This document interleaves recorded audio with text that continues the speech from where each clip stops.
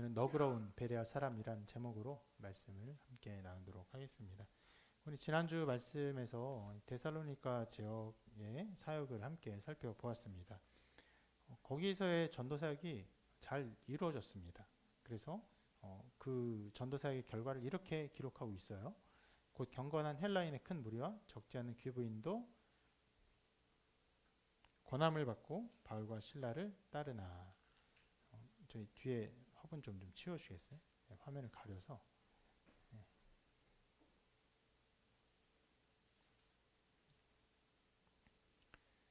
이런 열매를 맺었습니다.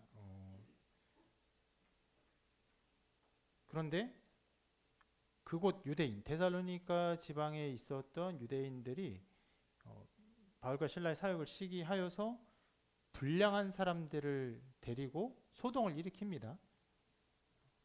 그리고 이제 바울과 실라를 잡으려고 했는데 못 잡죠. 그래서 야손의 집에 쳐들어가서 야손이라는 사람과 그의 형제들을 잡아다가 고발을 하게 됩니다. 그 전에 빌립보와는 굉장히 다른 상황이었어요. 빌립보에서는요, 기본적으로 회당이 없었고, 그리고 이렇게 많은 열매도 없었어요. 그런데도 어떤 그 귀신 들린 여종의 주인들이 바울과 실라를 이제 잡아다가 어떻게 했습니까? 고발하니까 매질해서 감옥에 가뒀죠. 근데 여기서는 기본적으로 바울과 실라가 잡히지 않았어요. 그리고 다른 형제들이 잡힙니다. 그 굉장히 어떻게 보면 바울과 실라는 그런 상황에서 굉장히 더 마음이 아팠을 거예요. 그리고 더 염려됐을 것입니다. 이런 환난과 어려움, 특히 자기들이 매 맞았으니까 야손과 형제들도 매 맞고 감옥에 갇히지 않을까 생각했겠죠. 그러나 감사하게도 그 관리들이, 데살로니가 관리들이 무언가가 더 지혜로운 판단을 할 줄 알았던 사람들이었던 것 같아요. 그래서 그냥 보석금을 받고 형제들을 그냥 놓아주게 됩니다. 자, 그 후에 형제들이 그 모든 사건을 경험하고 이제 사람들이 고발하고 자기들을 잡고 막 하는 이런 일들을 경험하고 나서 바울과 실라가 데살로니가 지역에서 더 이상 사역을 하지 않고 다른 곳에서 사역하는 것이 좋겠다고 판단을 했던 것 같아요. 그래서 그 이후의 행적을 이렇게 기록하죠. 밤에 형제들이 곧 바울과 실라를 베레아로 보내니 그들이 이르러 유대인의 회당에 들어가니라. 우리가 지난주 여기까지 이렇게 살펴보았습니다. 우리가 계속 이 지난주 말씀 조금 일부러 보는 것은요, 이 사역들이 계속 연속선상에 있어요. 인물들도 겹치고 사건의 내용들 굉장히 비슷비슷하게 겹치고 좀 다르고 하는 상황들이 나타나기 때문입니다. 자, 이 말씀을 보면요, 기본적으로는 바울과 실라의 여정을 기록합니다. 어디에서? 데살로니가에서 어디로 갑니까? 베레아로 갔어요. 아, 그렇구나. 그런데 이 말의 주어를 보면요, 이 말의 주어가 누굽니까? 바울과 실라가 아니죠. 누구죠? 형제들입니다.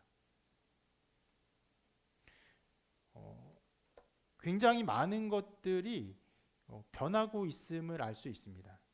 특히 바울의 선교 전략 자체도 여기서 변경되고 있음을 볼 수가 있습니다. 자, 바울의 선교 전략을 먼저 좀 살펴볼 텐데, 기본적으로 처음에 바울이 마게도냐로 건너올 때, 그때는 바울이 원해서 온 게 아니죠.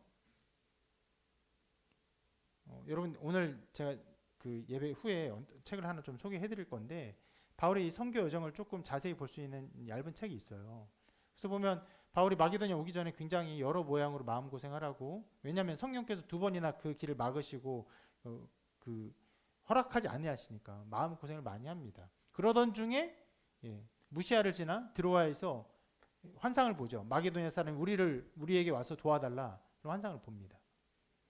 그리고 그것을 하나님의 인도하심으로 믿고 갑니다.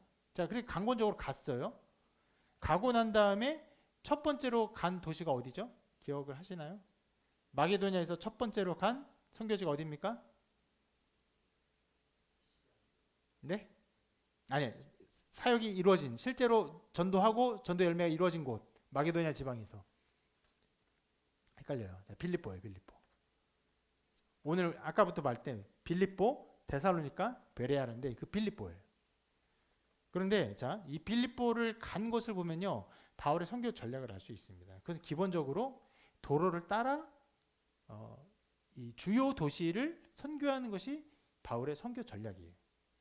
이것은 이미 지금 이것이 우리가 보는 것이 2차 전도 여행이거든요. 1차 전도 여행 때도 이러한 전략이 나왔었습니다. 한번 그림을 잠깐 볼게요. 지도가 나와 있는데 이게 우리가 1차 전도 여행 때 봤던 그림이에요. 처음에 저기 여러분들 보시기에 오른쪽에 있는 안디옥 보이시죠? 안디옥에서 출발합니다. 저희가 수리아 안디옥이에요. 그래서 출발해서 저기 그 구브로 섬, 지금 뭐 키프로스라고 여겨지는 그쪽에 가서 바보에 이르러 거기에 한 사람을 전도하죠. 총독 서기오 바울을 전도합니다. 그리고 올라가요. 그리고 올라가서 그 아탈리아를 지나 어디로 갑니까? 저 위에 있는 비시디아 안디옥을 가는데 비시디아 안디옥 이후로 간 데가 이고니온, 루스트라, 더베예요. 왜 그렇게 갔느냐? 저 길들이요 바로 세바스테 가도를 따라간 것이에요. 그러니까 지금 여기가 그 이스라엘 쪽의 땅이잖아요. 그리고 우리가 보는 데는 저기 이제 바다를 건너서 마게도냐 땅을 보고 있잖아요. 마게도냐 땅을 동해서 서로 쭉 연결하는 것이 에그나티아 가도고 여기 그 이스라엘 쪽으로 길을 낸 것이 세바스테 가도예요. 그러니까 기본적으로 1차 전도 여행에서도 바울이 그 길을 따라 로마가 닦아놓은 길을 따라 주요 도시들을 전도하러 다녔던 것을 볼 수가 있습니다. 두 번째 그 2차 전도 여행은 이것이죠. 지금 이것은 2차 전도 여행의 길이 아닙니다. 보면은 에그나티아 가도를 보여주고 있는 지도예요. 그래서 보면요. 저기 빌립보가 보이십니까? 제 머리쯤 있을까요? 네, 머리쯤 있네요. 빌립보. 네. 빌립보를 간 다음에 그 다음에 어디로 갔다고 했죠? 그 다음에 데살로니카를 갑니다. 그러니까 이 에그나티아 가도를 따라서 주요 도시를 간 것이에요. 물론 그 중간에 아폴로니아로 써 있는데 아폴로니아, 암피폴리스라고 하는데 이런 데를 지나갑니다. 그 주요 도시를 지나가서 데살로니카에 사역을 한 것이에요.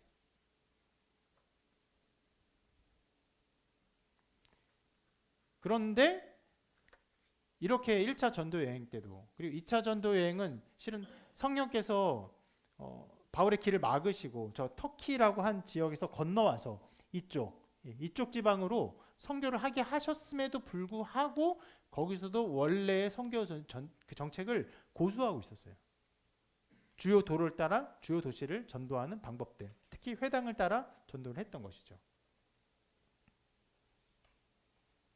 그런데 자, 형제들이 여기서 데살로니가에서 바울을 인도한 땅은 다른 곳이었어요. 이제 2차 전도 여행 지도를 보면요. 이렇게 나오는데 보십니까? 좀 너무 흐린데요. 이쪽에 데살로니가가 있고요. 그 밑에 베레아예요. 아까 방금 전에 본 지도를요. 크게 확대한 겁니다. 그러니까 이 지도를 확대한 것이 아니라 넓게 본 거죠. 넓게 보면은 원래는 데살로니가에서 에그나티아 가도를 따라가면 서쪽으로 계속 가야 될 것 같은데 그 밑으로 내려왔어요. 남서쪽으로 내려온 것입니다. 만일 형제들이 인도하지 않았고 바울이 원래 선교 정책을 그대로 고수했다고 한다면은 자, 여러분 여기서 바울이 어디로 갔을까요? 데살로니가 다음 지역으로 어디를 갔을 거라고 생각됩니까? 펠라 정도 갔을 거예요. 펠라가 고대 마게도니아의 수도였어요. 수도였기 때문에 굉장히 융성한 도시였고 거기를 가는 것이 어떤 면에서 마땅한 것이었어요. 그래서 가서 점점점 가서 이 땅 지역 더 넘어가서 로마로 건너와서 이제 아피아 가도를 따라 이제 로마 중심부까지 가게 될 수가 있는 것이죠. 그런데 이렇게 내려간 것이고 굉장히 많은 것들이 변화됐어요.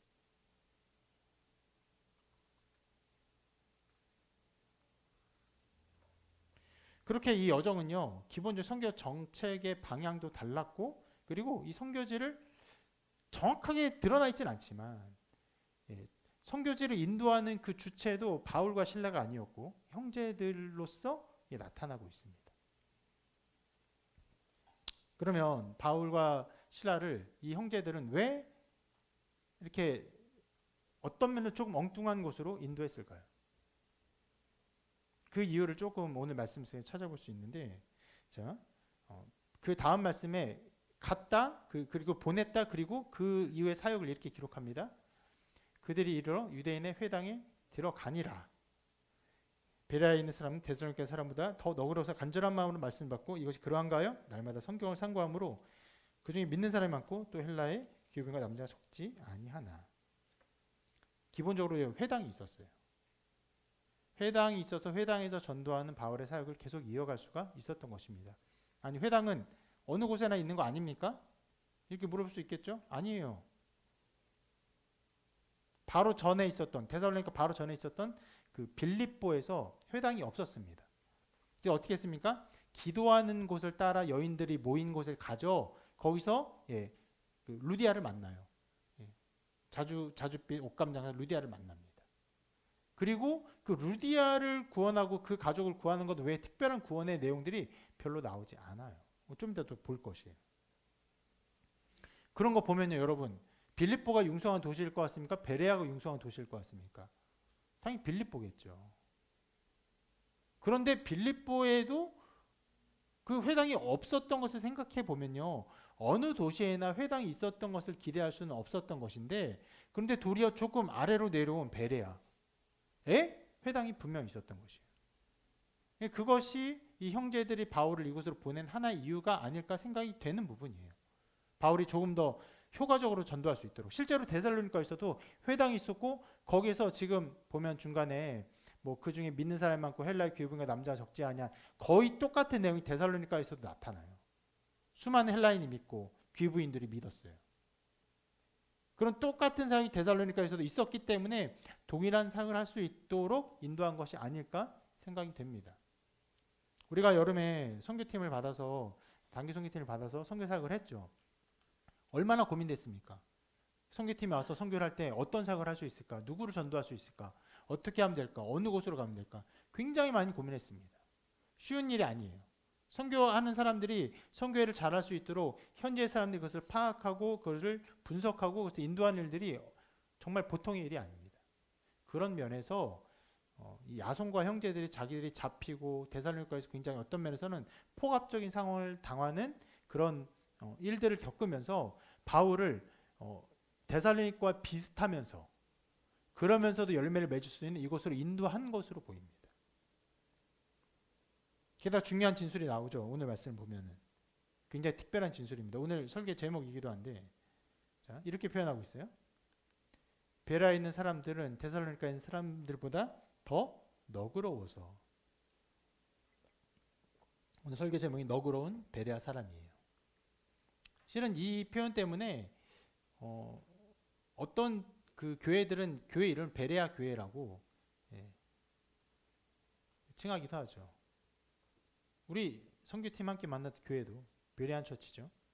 그런 이름 쓰기도 하는 것입니다. 자, 여기서 조금은 특별한 진술인데, 자, 베레아에 있는 사람들을 데살로니가에 있는 사람들과 굳이 비교를 하고 있어요. 너그럽다고 표현해요.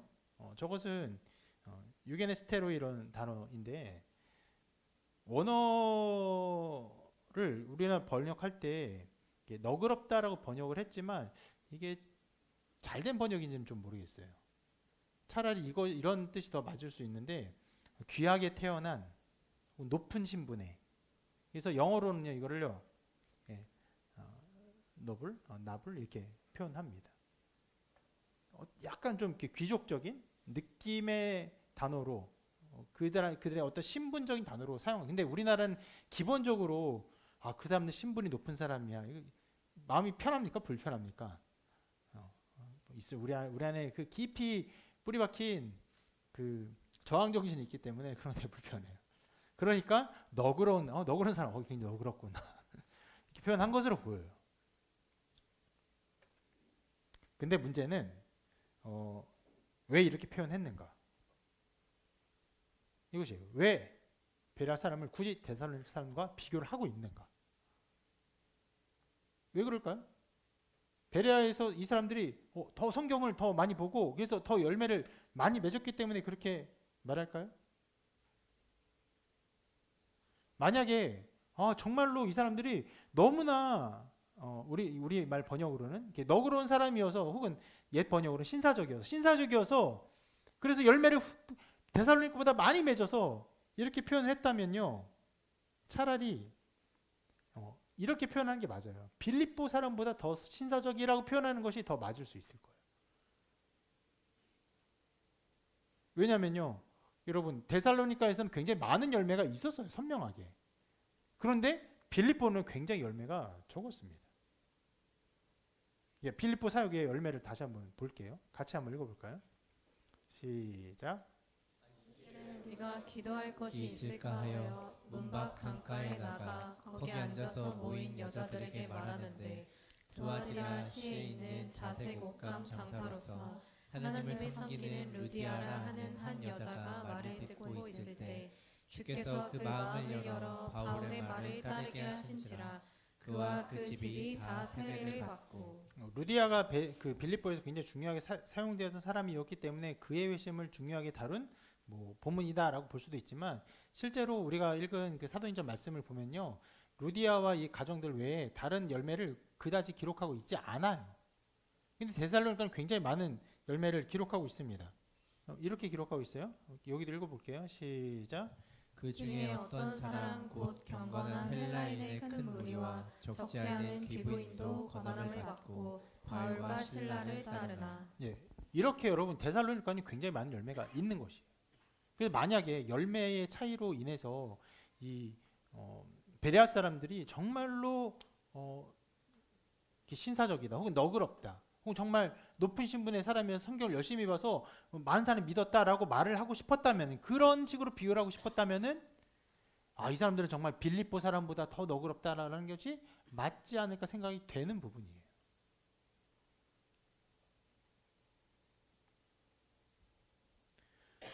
그리고 기본적으로 바울과 실라가 어떤 사역을 할 때 누구를 누군가 어떻게 막 비교하면서 이 사람들이 훨씬 나은 사람이라고 비교하는 것 자체가 좀 이상해 보여요.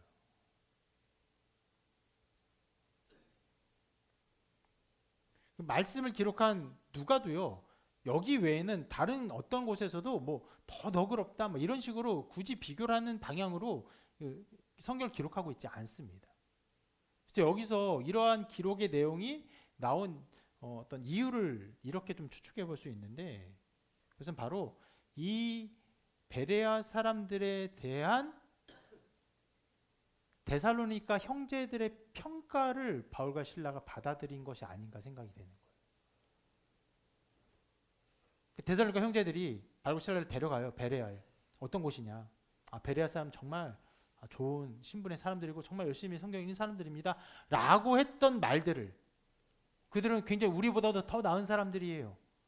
우리도 성경 열심히 읽지만 그들은 더 열심히 읽는 사람들이에요.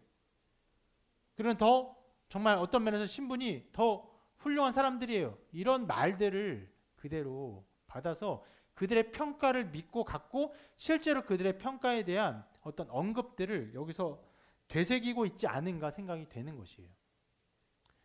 굉장히 가정법을 많이 쓰는데 확답할 수 없기 때문에 말씀드리는 것입니다. 그런데 또 길게 말씀드리는 것은 앞에 했던 우리의 어떤 추론들, 어떤 생각들을 보면요, 이러한 생각의 어떤 결론들이 어느 정도 가능한 타당성이 있는 결론이기 때문에 그렇게 길게 말씀드린 것입니다. 그러면 여러분, 그리고 굉장히 특이한 게 있죠. 그 베레아에서의 열매의 어떤 모습을 보면요, 데살로니가서 열매의 모습과 거의 똑같아요. 어떤 헬라인의 무리, 또 귀부인들 똑같이 기록하고 있어요. 그리고 어떻게 했습니까? 또 회당에서 동일하게 사역을 했어요.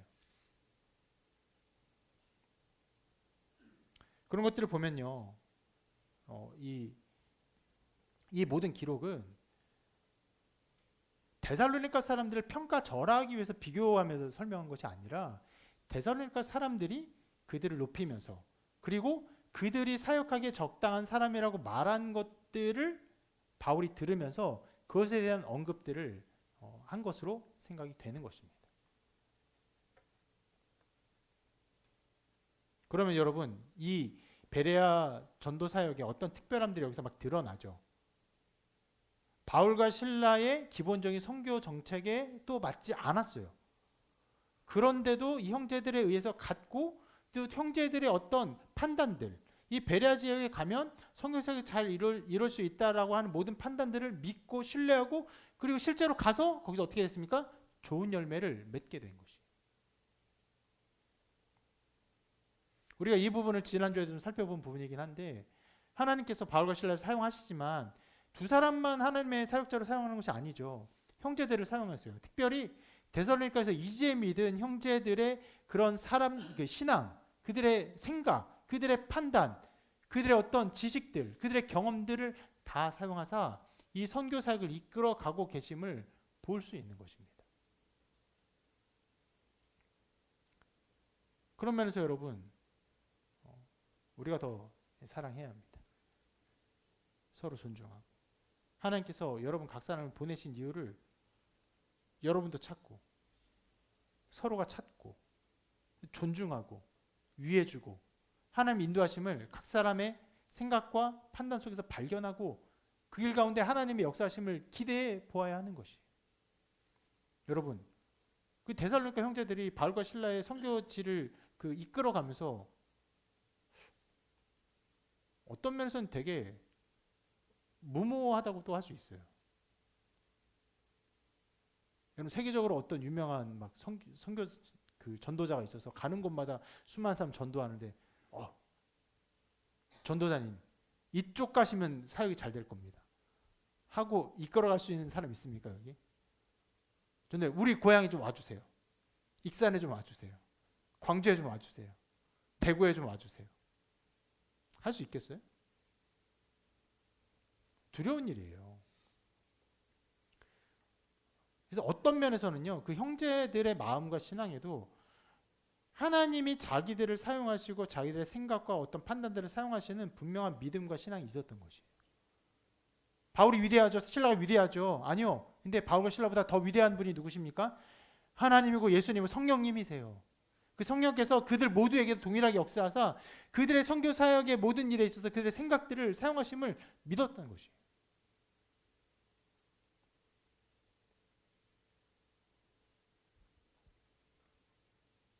우리가 그 길을 더 걸어가야 합니다.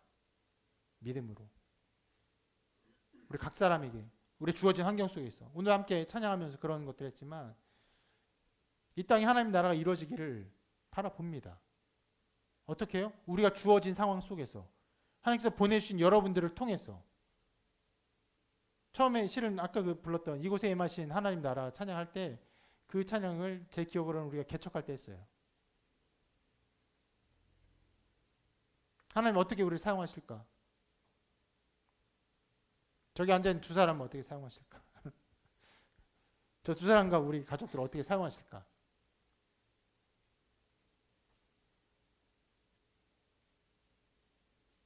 여러모로 사용하셨죠. 여러 방법들을 우리 인도하셨습니다.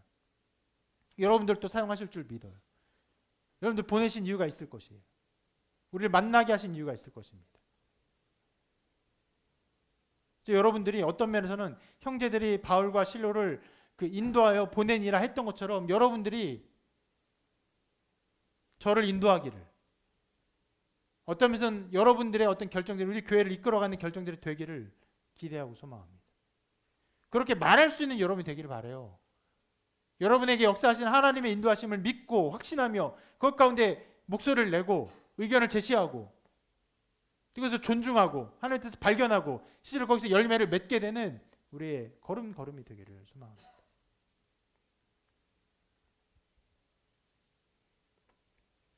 자, 그렇게 좋은 신분의 베레아 사람들이 보인 태도가 또 계속 기록되어 있죠. 이렇게 기록되어 있습니다. 간절한 마음으로 말씀을 받고 이것이 그러한가 하여 날마다 성경을 상고함으로. 자, 여기에 여러 가지 신자의 그 성도의 중요한 태도, 성경을 대하는 중요한 태도들이 나와 있습니다. 먼저 말씀을 어떻게 받았어요? 예, 간절한 마음으로 받았어요. 이것은 파세스 프로디미아스라는 언어로 쓰인 것인데 이 언어를 다르게 해석하면요, 어떤 모든 열정 이런 정도로 해석할 수 있습니다.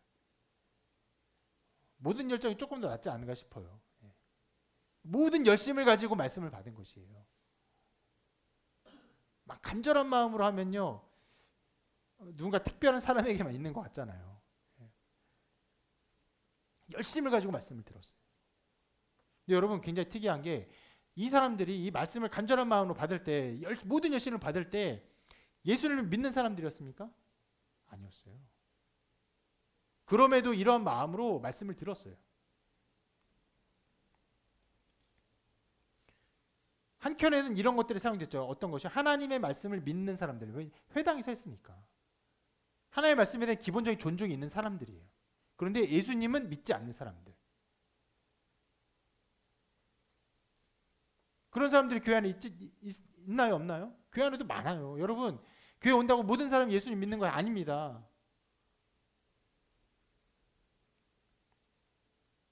그러나 적어도 교회 오는 사람들은 성경에 대한 존중이 있죠. 아, 성경은 그냥 날조된 책이야, 이렇게 믿고 교회로 온 사람 아무도 없죠. 교회 오는 사람 적어도 선포되는 말씀, 그리고 성경 말씀에 대한 존중이 있습니다. 그런데 여러 가지 상황, 여러 가지 일들에서 자기의 어떤 결정된 마음이 없어서 믿지 않는 마음들, 주저하는 마음들이 있을 수 있어요. 그러나 이 말씀을 향한 이 열심의 마음, 이것들이요, 그 마음을 온전한 믿음으로 이끌어가는데 중요한 도구로 사용된다는 것을 기억하시길 바랍니다.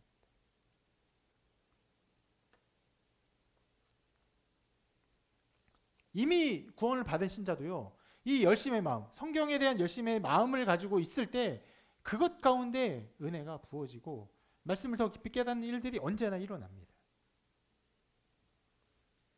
그리고 그렇게 열정적으로 말씀을 들은 사람들이 그 다음에 한 행동이 무엇입니까? 이렇게 했죠.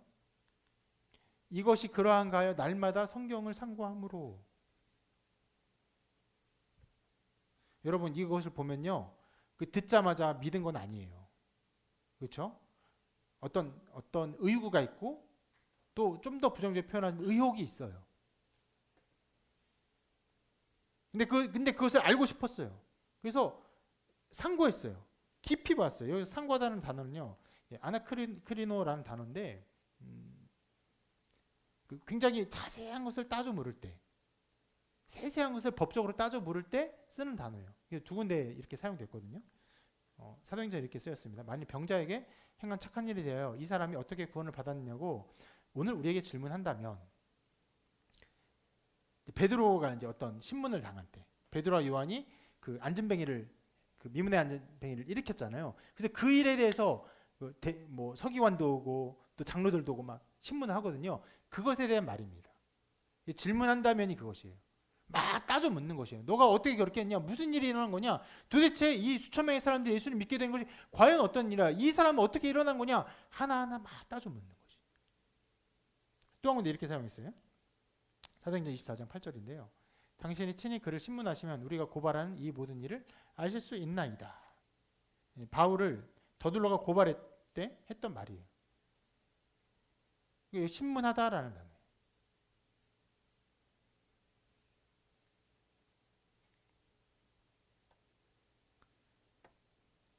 신문을 당하면 굉장히 사람이 굉장히 피폐해진다고 해요. 제가 아는 어떤 사람이 검사에게 어떤 신문을 당했는데 정말 죽고 싶었다고. 왜 사람들이 뭐 이렇게 검사에게 취조를 당하고 자살하는지 충분히 이해한다고. 그런 일이 있은 다음에 자기도 여러 가지 정서적인 우울증도 오고 가정도 거의 파탄에 이르기를 지경이 되었고, 다행히 모든 것이 회복되었지만 왜 그렇게 합니까? 이 법적인 것이 사실인지 거짓인지 막 따져 묻는 거예요. 다 헤쳐보는 거예요. 모든 것을 헤쳐보는 거예요. 자, 그러한 태도로 이 사람들이 말씀을 본 것입니다.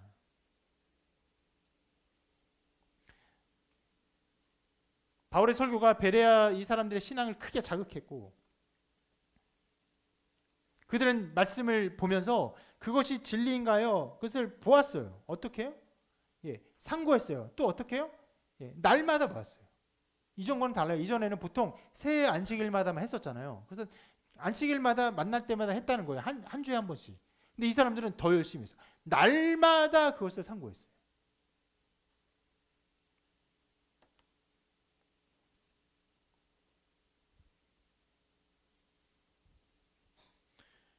스스로 여러분 이제 날마다 상고할 때 바울을 매일 부르지는 않았겠죠.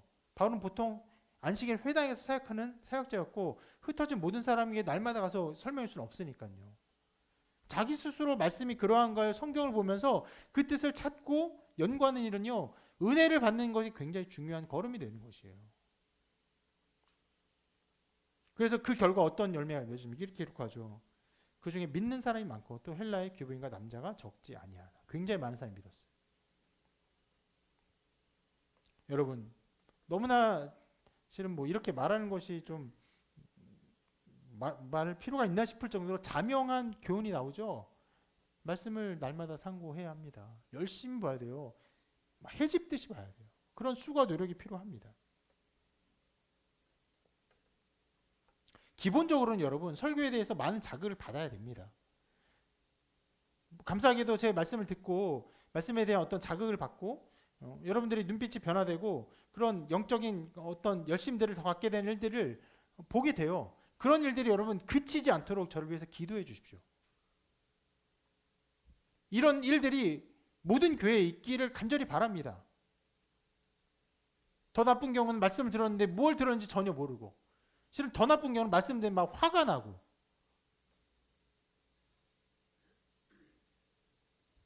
뭘 들었는지 모르는 일도 굉장히 많고요. 말씀 들었는데 정말 이 성경을 설교하지 아니하고 다른 이야기를 하는 너무 많은 사람들 때문에 화가 나는 사람도 적지 않아요. 이 성경에 넣은 적지 아니하다는 표현을 여기서 쓰는 것이 안타까운 일인데요.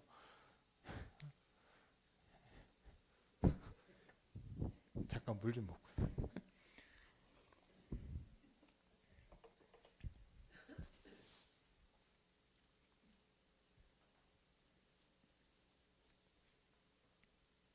안타까운 일인데 저는 적지 않습니다.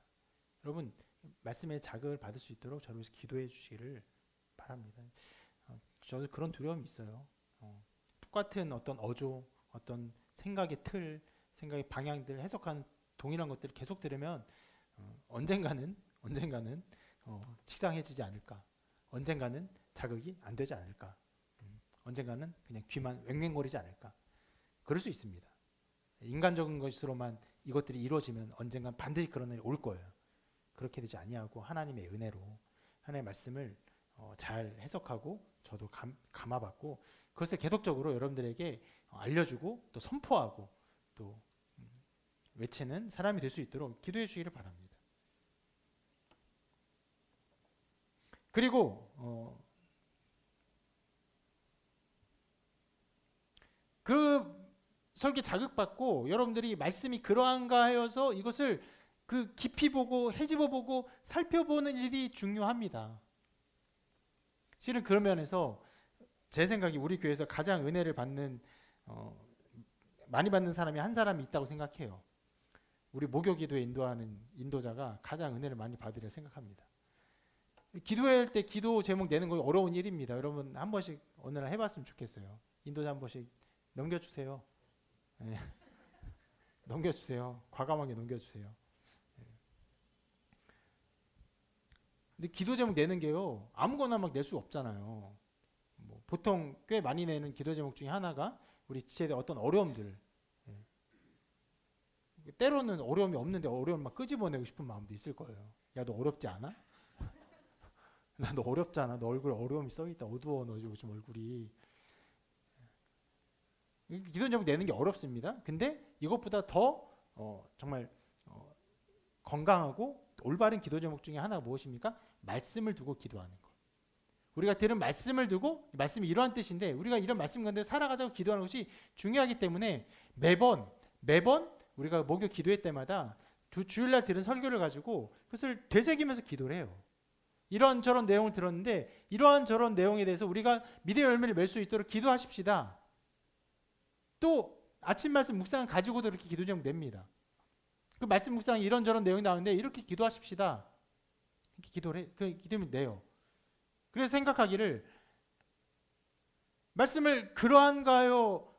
자꾸 상고하니까 가장 이것을 더 깊이 생각하고 더 깊이 깨닫고 더 많이 이것에 대해서 은혜를 받지 않을까 생각을 합니다.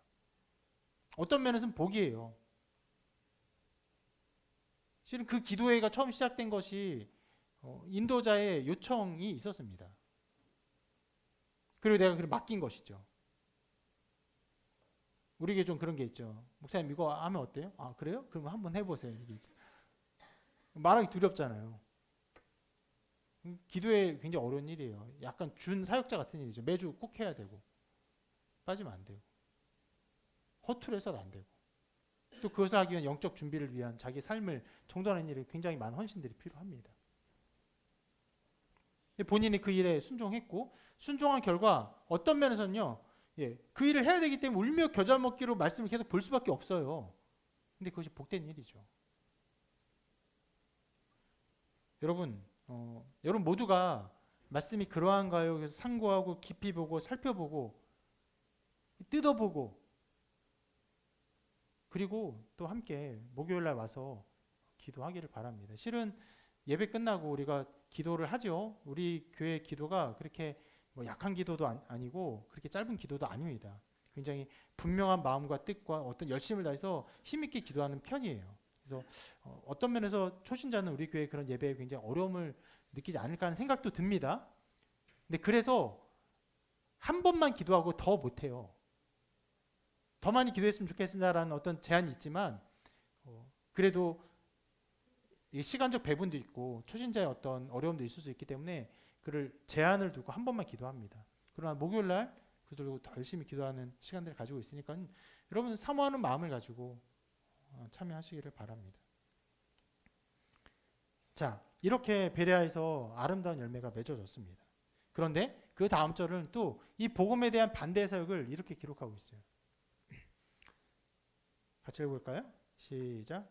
테살로니가에 있는 유대인들은 바울이 하나님의 말씀을 베레아에서도 전하는 줄을 알고 거기도 가서 무리를 움직여 소동하게 하거늘. 어디에 있는 사람들? 데살로니가에 있는 유대인들이 베레아까지 따라왔어요.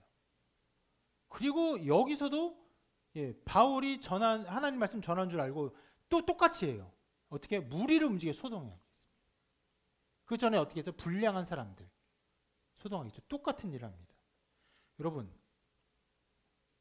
이상한 일이에요. 이 사람들 미친 거 아니야? 아니, 자기네 동네에서 그렇게 하는 건 이해해요. 거의 여기 거리가 80km에서 100km 떨어진 곳이에요. 여기서 100km면 어디까지 가나요? 수원은 훨씬 더 넘고, 뭐 평택? 뭐 대전까지는 안 가죠. 대전 150km 정도 되죠. 하여튼 굉장히 먼 거리를 걸어서 한 건데 거기까지 걸어와서 방해를 하는 것이에요.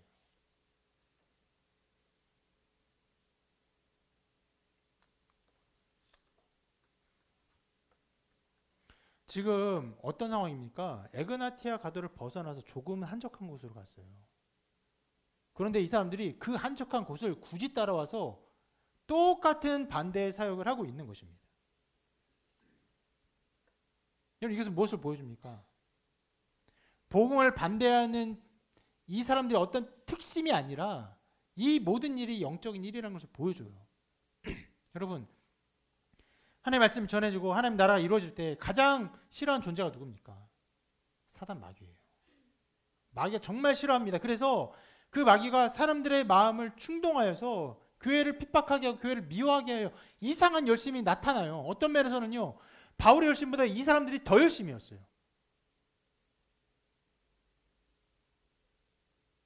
바울은 그냥 어디로 갈까? 가서 전하면 되죠.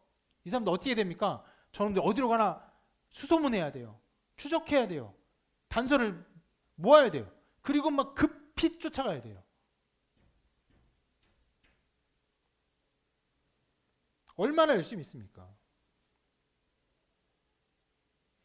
여러분, 이것은 복음이 전해지는 모든 곳에서 일어날 수 있는 일임을 보여주는 것이에요.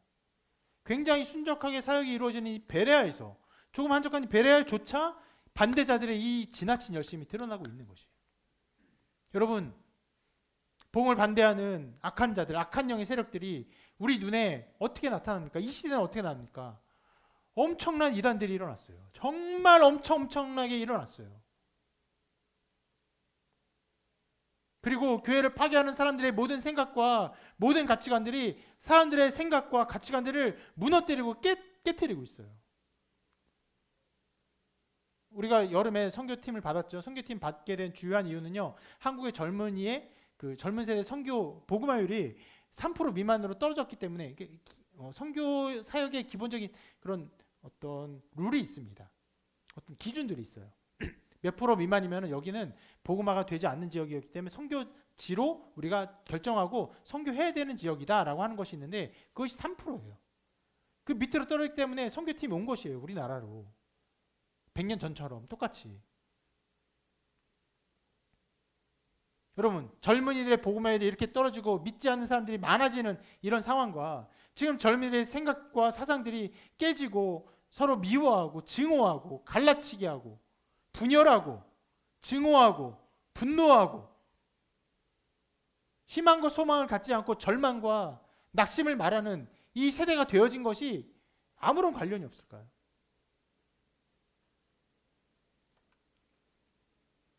여기 저와 꽤 오랫동안 신앙생활한 친구들이 있는데 여러분들이 저와 처음 신앙생활 그때와 지금의 이단의 상황이 얼마나 많이 다릅니까? 비교할 수도 없어요. 그때는 이단들이 이렇게 눈에 드러나지도 않았어요. 지금 나가보세요. 이단들을 매일 만날 수 있어요. 당장 만날 수 있습니다.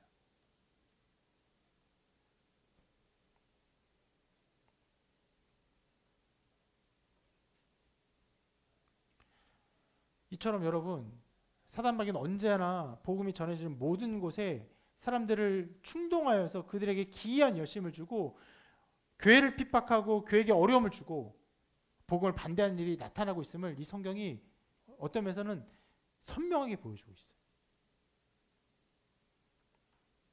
그래서 베드로전서에 이렇게 말하죠. 사랑하는 자들아 너희를 연단하려고 오는 불시험을 이상한 일 당하는 것 같이 이상히 여기지 말고. 무슨 말입니까? 신자들에게 오는 그 시험과 어려움이 당연한 것이라는 것이에요. 너희가 예수님 믿냐? 예수님 믿으면 환난이 있을 것이야. 당연히 있을 것이야. 그런 일이 있습니다. 여러분, 복음이 전해지는 모든 곳에서 그런 일이 일어납니다. 어떤 가정이 예수님 믿어요. 그 가정에 어려움들이 생깁니다. 이전에는 내가 신앙생활을 그냥 구경꾼처럼 했는데 내가 본격적으로 신앙생활 하려 하니까 갑자기 나에게 어려운 일이 생겨요. 환난이 생깁니다. 왜 내게 이런 일이 있지? 그런 일이 있어요. 자주 있습니다. 그래서 복음을 전도하는 어떤 예를 들어 사용리 같은 그런 전도의 여러 가지 방법들이 있잖아요. 그래서 어떤 것은요, 전도할 때 그런 경고도 합니다. 예수님 믿을 때 당신에게 시험이 올 것입니다. 사단이 당신을 시험할 것입니다. 분명히 어려움이 닥칠 것입니다. 여러분, 그런 일들이 있어요. 있기 때문에 이상한 일처럼 여기지 말고, 그리고 기대해야 됩니다. 어떻게 해요? 하나님이 우리를 인도하실 것을 기대해야 돼요. 어려움 넘어서 인도하실 것이다. 환난을 넘어서 인도하실 것이에요. 이 환난이 얼마나 중요한 것인지는요, 오늘 말씀에 비추어서 조금 우회적으로 생각해 볼 것이 한 가지 있어요. 뭐냐면 오늘 이 데살로니가 유대인들의 반대를 보고 나서 그 형제들이 또 곧장 행동을 취합니다. 이렇게 기록하고 있어요. 같이 읽어볼게요. 시작. 데살로니가에 있는 유대인들은 바울이 하나님의 말씀을 베레아에서도 전하는 줄을 알고 거기도 가서 무리를 움직여 소동하게 하거늘 형제들이 곧 바울을 내보내어 바다까지 가게 하되 실라와 디모데는 아직 거기에 머물더라. 자, 형제들의 행동을 말하면 형제들이 어떻게 했습니까? 곧 즉각적으로 취했어요. 제가 볼 때 이 형제들은요, 베레아에 있는 형제들이라기보다는 어떻게 면에서 도리어 데살로니가 형제들일 수 있을 거예요. 이미 경험을 했던 것이에요. 데살로니가 유대인들이 어떤 반대를 했는지 경험했기 때문에 이 사람들이 또 소동을 하니까 또 누구의 집에 쳐들어가서 잡아다 끌어다가 고발하기 전에 곧 움직여서 바울을 보냅니다. 그리고 이 사람들이, 이 반대자들, 데살로니가 유대인들이 바울을 공격 대상으로 삼은 것을 알고 있기 때문에 곧장 행동해요. 잘한 것입니까? 지혜롭게 잘한 것이죠. 그래서 여러분, 어떤 어려움도 없어요. 빌립보에는 처음에 어떤 어려움이 있었죠? 빌립보에서는 매 맞고 감옥에 갇혔어요. 데살로니가는 어떤 어려움이 있었죠? 야손과 형제들이 고발당했어요. 근데 베라에서 어떤 어려움이 있으니까 어떤 어려움이 없어요. 잘했습니다. 잘했는데, 그런데 이것은 어떤 면에서는요, 무조건 좋았던 것은 아니라고도 말할 수 있어요. 왜 그렇습니까? 여러분, 성경을 아시죠? 성경 이름 다 아시죠? 빌립보서가 있죠. 빌립보 교회 쓴 편지예요. 데살로니가 전서가 있죠. 데살로니가 전서가 있어요. 그 데살로니가 교회 쓴 편지예요. 베레아서가 있습니까? 없어요. 환난과 어려움이 있을 때 그들에게 용기를 주고 그들을 위로하고 그들을 새롭게 하기 위해서 바울이 편지를 주죠. 또 우리가 데살로니가 전서를 잘 본 것처럼 그들은 환난과 어려움 중에서 견디고 인내한 신앙이 그 아가의 모든 제방에 귀감이 될 정도였어요. 그것을 다시 위로하며 편지를 썼어요. 그러니까 환난과 어려움이 있으면요, 그 환난과 어려움 때문에 도리어 복받게 되는 일들이 나타나는 것이에요. 물론 그렇다고 해서 베레스 좀 고난을 받게 하지 이럴 수는 없죠. 잘한 일이에요. 지혜롭게 한 일입니다. 그런데 우리 삶에 때로 어떤 어려움이 나타난다 해서 우리가 신속하게 대응하지 못해서 잘 대응하지 못해서 어려움이 나타난다 할지라도 그것 가운데 하나님이 인도하실 것이에요. 그것을 이 모든 말씀이 보여주는 것이에요. 여러분, 그 모든 어려움을 하나님은 하나님의 영광에 사용하세요.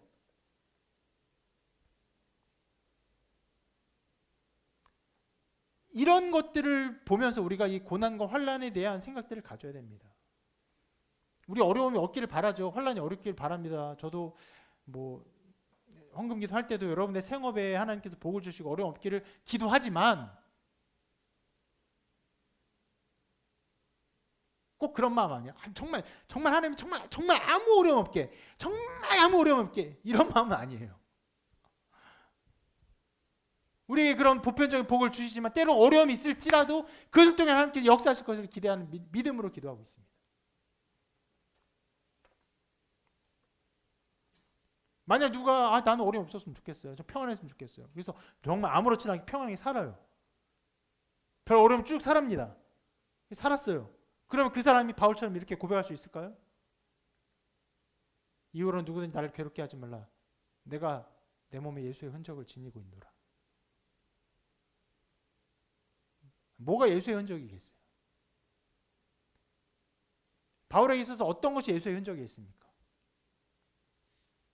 맞고 매맞고 거의 죽을 뻔하고 동족들에게 배반당하고 강의 위협과 산의 위협과 바다의 위협과 질병의 위협, 수많은 것들이 자기 몸에 있는 것이죠. 그걸 뭐라고 표현합니까? 예수의 흔적이라고 표현합니다. 그리스도의 남은 고난을 자기 몸에 채운 것이에요. 우리 주님도 우리를 향해서 고난당하신 흔적이 그 몸에 선명히 나타나 있습니다. 그것이 아주 귀한 것이에요. 그래서 예수님이 부활하시고 제자를 만났을 때 이렇게 기록하고 있습니다. 같이 한번 읽어볼까요? 시작.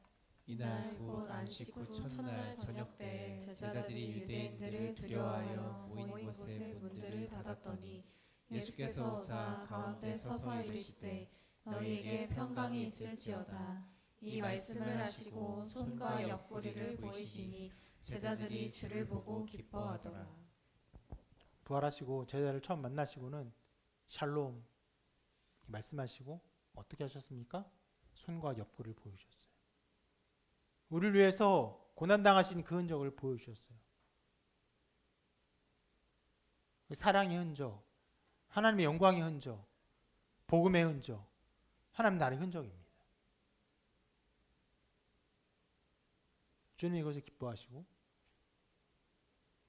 주님이 그것을 자랑스럽게 여기신 것이죠. 때로 우리가 그런 사진들을 봅니다. 어떤 발레리나의 발, 다 망가진 어떤 축구 선수의 발, 그걸 봅니다. 그것만 봐도 마음이 숙연해지죠. 얼마나 수고하고 애를 썼으면 저렇게 인간의 발 같지 않은 발이 되었을까. 여러분, 하나님 나라의 영광을 위해서 살아가는 자들이 그 몸에 예수의 흔적이 있는 것이 영광된 것입니다. 그것이 우리의 고난과 환난 가운데 나타나고 드러나게 되는 것이죠. 여러분을 어떤 환난과 고난 가운데 두실지 우리는 알지 못하지만 또 우리는요, 베레아에서 바울을 인도했던 것처럼 어려움 있을 때 피할 수 있어요. 괜찮아요. 피할 수 있습니다. 그러나 때로 하나님이 여러분 어려움 주실 때 원망과 불평이 아니라 그것을 넘어선 하나님의 뜻과 계획을 바라보시기를 바랍니다.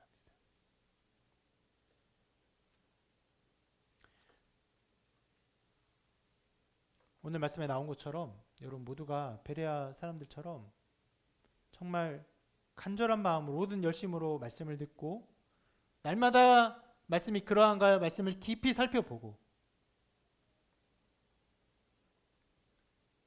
그리고 하나님의 은혜를 많이 누리는 은혜 그런 일들이 가득하기를 주님의 이름으로 축원합니다.